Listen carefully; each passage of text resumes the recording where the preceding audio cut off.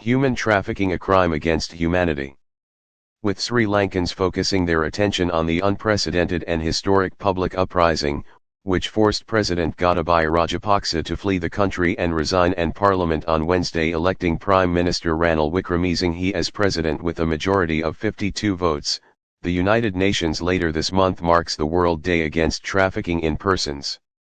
The prophetic Pope Francis has described trafficking in persons as a crime against humanity. To mark the day, the UN in a statement says this year's theme, Use and Abuse of Technology, points out the role of technology as a tool that can both enable and impede human trafficking. With the global expansion in the use of technology, intensified by the COVID-19 pandemic and the shift of our everyday life to online platforms, the crime of human trafficking has conquered cyberspace.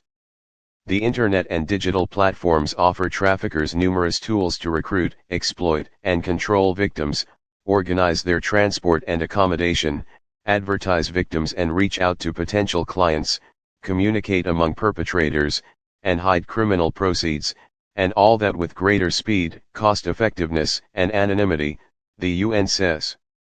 However, in the use of technology also lies great opportunity.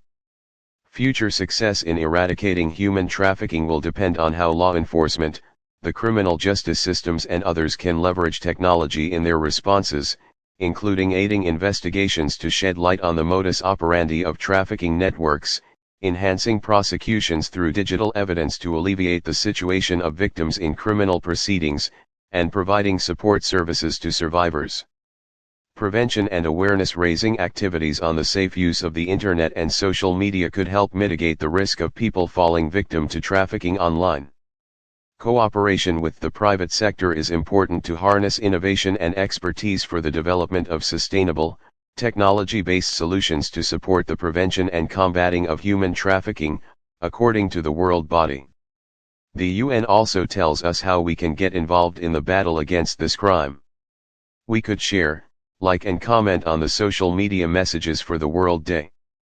We also need to be vigilant in the online sphere and report suspicious pages or activities to the authorities, example by making use of dedicated online mechanisms or helplines. We could donate to the UN Voluntary Trust Fund for victims of human trafficking.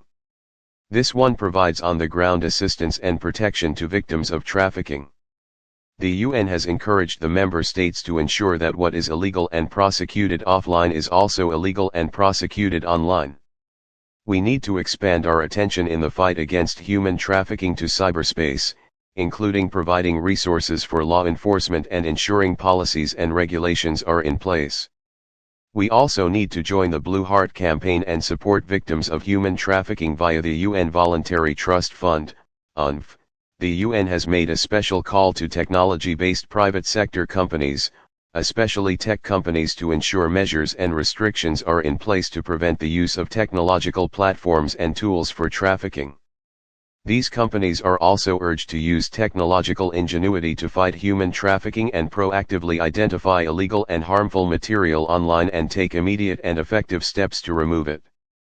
The UN also refers to sexual exploitation, forced labor, and slavery in the crime of human trafficking.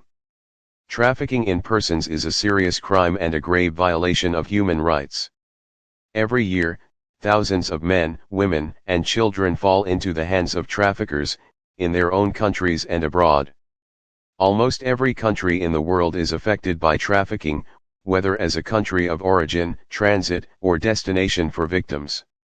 In 2018, about 50,000 human trafficking victims were detected and reported by 148 countries. 50% of detected victims were trafficked for sexual exploitation, 38% were exploited for forced labor. Female victims continue to be the primary targets. Women make up 46% and girls 19% of all victims of trafficking. Globally, 1 in every 3 victims detected is a child. The share of children among detected trafficking victims has tripled, while the share of boys has increased 5 times over the past 15 years. What is the situation in Sri Lanka?